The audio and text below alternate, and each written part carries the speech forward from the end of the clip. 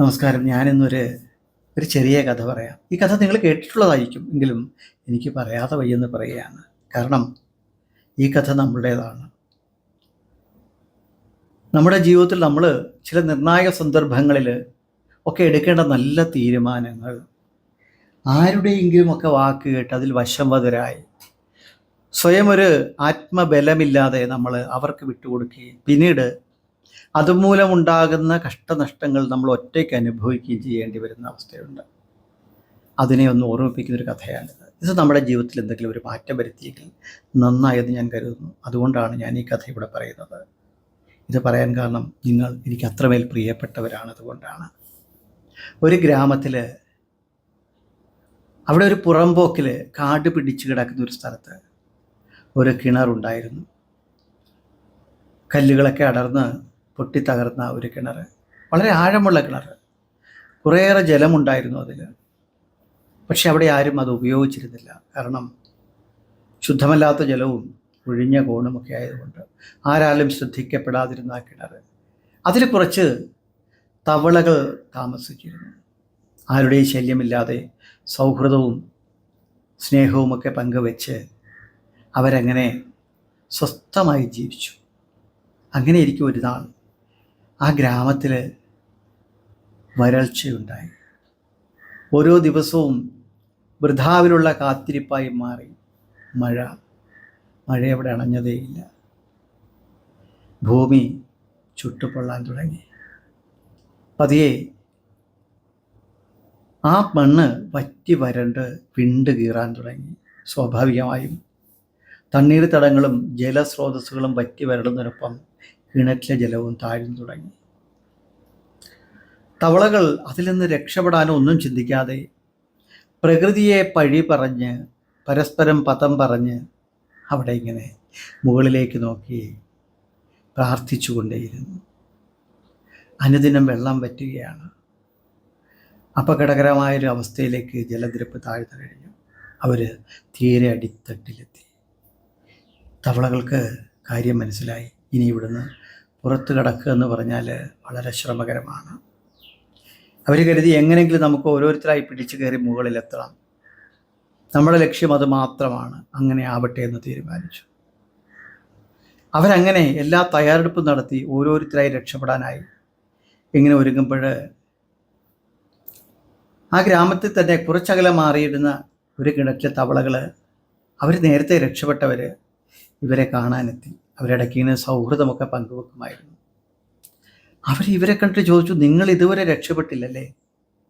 ഇനി രക്ഷപ്പെടാൻ ശ്രമിക്കാതിരിക്കുന്നതാണ് നല്ലത്. കാരണം നിങ്ങൾ നോക്കൂ, ഈ കിണർ പൊട്ടി അടർന്ന ഒന്നാണ്. കല്ലുകളൊക്കെ അടർന്നിരിക്കുന്നു. വഴുക്കലുണ്ട്. മുൾച്ചെടികൾ ധാരാളമുണ്ട്. അതുകൊണ്ട് ആ ശ്രമം ഉപേക്ഷിച്ചുകൊള്ളൂ. ഇനി എങ്ങനെ ഒരു മഴ പെയ്താൽ നിങ്ങൾക്ക് രക്ഷപ്പെടാം, അല്ലെങ്കിൽ ഒന്നുമല്ലെങ്കിലും ഒന്നിച്ചു കിടന്ന് മരിക്കാമല്ലോ.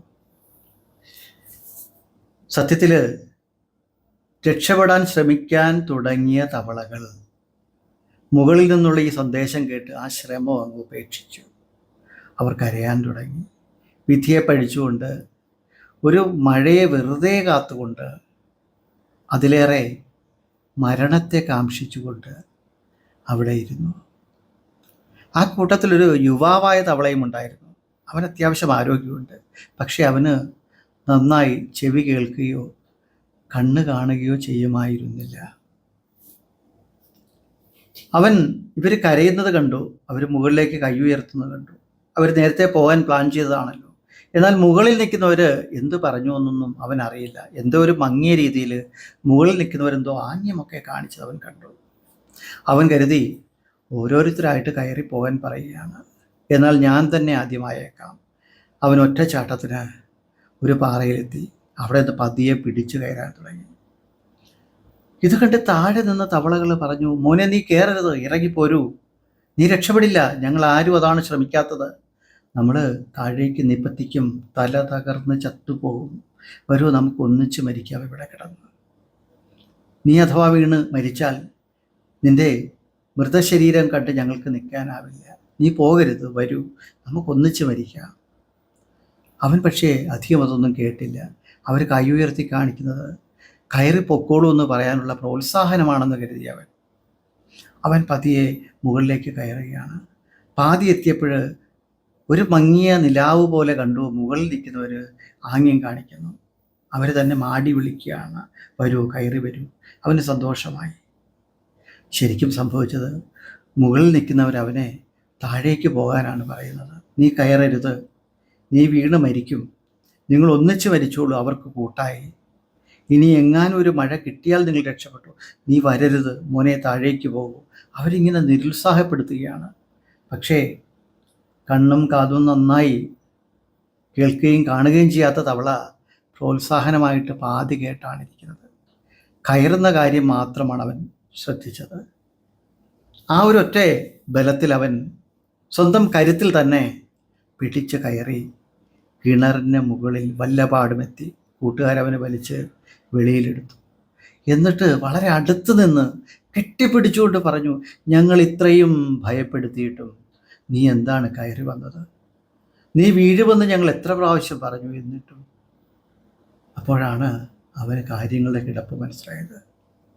അവൻ പറഞ്ഞു, സുഹൃത്തുക്കളെ, ഞാൻ കരുതിയത് നിങ്ങൾ എന്നോട് എത്രയും വേഗം നന്നായി കയറി വരാൻ പറയുകയാണെന്നാണ്.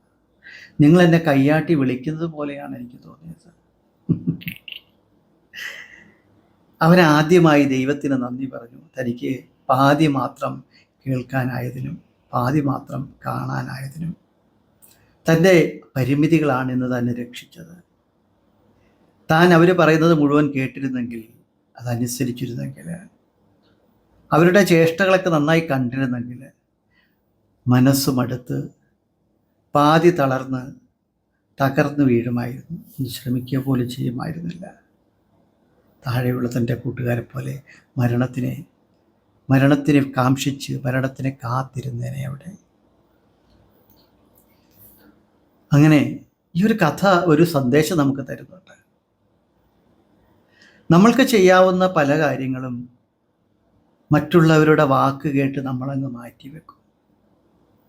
സമയത്ത് പ്രവർത്തിക്കേണ്ട കാര്യങ്ങൾ പ്രവർത്തിക്കാതെ പോകും. അങ്ങനെ തകർന്ന് വീഴുമ്പോൾ പിന്നൊരു മാർഗമില്ല എന്നറിയുമ്പോഴാണ് നമ്മൾ ഓർക്കുന്നത്, ഈശ്വര, ഞാനന്ന് അത് ചെയ്യേണ്ടതായിരുന്നു. അന്ന് എന്നെ നിരുത്സാഹപ്പെടുത്തിയവരാരും ഇന്ന് എൻ്റെ ചുറ്റുമില്ല. എൻ്റെ പരാജയം രുചിക്കാൻ ഞാൻ മാത്രമാണ്. നമുക്ക് ഇന്നു മുതൽ, ഈ നിമിഷം മുതലൊരു തീരുമാനമെടുക്കാം. നമ്മളുടെ തീരുമാനങ്ങളിൽ അടിയുറച്ച് നിന്നുകൊണ്ട് നമ്മളുടെ ശരിയായ കർത്തവ്യങ്ങൾ നിറവേറ്റാൻ നമ്മൾ മാത്രമാണ് ഏറ്റവും പ്രധാനിയായിട്ടുള്ളത്. മറ്റുള്ളവരുടെ എല്ലാ ഉപദേശങ്ങളും അതിൻ്റെ നന്മകളും നമുക്കെടുക്കാം, പക്ഷേ പ്രവർത്തിക്കേണ്ടത് നമ്മളാണ്.